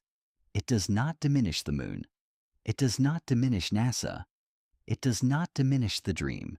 What it does is strip away the comfortable illusion that building a city on another world is simply a matter of scaling up what we already know how to do. It is not. It is a civilizational challenge of a kind humanity has never faced. And meeting it will require not just better rockets and stronger habitats, but a transformation in how human societies organize themselves, fund long-term projects, govern shared spaces, and think about obligations to the future. Perhaps the most important thing the Artemis program will accomplish is not what it builds on the moon, but what it teaches us about ourselves. Every mission that fails to meet its timeline teaches us about the limits of institutional planning. Every cost overrun teaches us about the true price of operating in space. Every technology demonstration teaches us what works and what does not. Every crew rotation teaches us about the human capacity to endure isolation and hardship. And every gap between what we promise and what we deliver teaches us about the distance between aspiration and reality. That distance is not a void. It is a curriculum. And the students are not just astronauts and engineers. They are the policymakers who must fund the work, the citizens who must support it, and the generations who will inherit whatever we build or fail to build in the decades ahead. The moon is not going to become a city in our lifetimes, but it is going to become something real, something valuable, something that no generation before ours has had the technology to create. A human foothold on another world, modest in scale, dependent on Earth, fragile in ways that cities are not, but present, functioning, inhabited by human beings, doing extraordinary work in an extraordinary place. And from that foothold, if we are honest about what it is and what it is not, the next generation can begin the real work, not the work of exploration, the work of settlement, the work of building the industries, the institutions, the technologies, and the biological knowledge that a city requires. That work will be harder than anything Artemis attempts. It will take longer. It will cost more. It will demand more of humanity than any project in our species' history. But it starts with honesty. It starts with seeing the moon clearly, not as a canvas for projection, but as a world with its own physics, its own constraints, and its own terrible beauty. It starts with understanding that reopening the moon is not the same as urbanizing it, that visiting is not living, that surviving is not thriving, that a base, no matter how permanent its name, is not a city. NASA will go back to the moon. Astronauts will walk on the South Pole. Infrastructure will be built that endures. Science will be conducted that reshapes human knowledge. And all of it will happen on a world that remains for now and for the foreseeable future. The most magnificent desolation within human reach. A place we can work, a place we can study, a place we can admire, but not yet a place we can call home. The city will come or it will not. But if it comes, it will be built by a civilization that understood the difference between dreaming and building, between arriving and belonging, between planting a flag and planting a future. And the first step toward that civilization is the one we are taking now, not onto the lunar surface, into the honest recognition of how far we still have to go.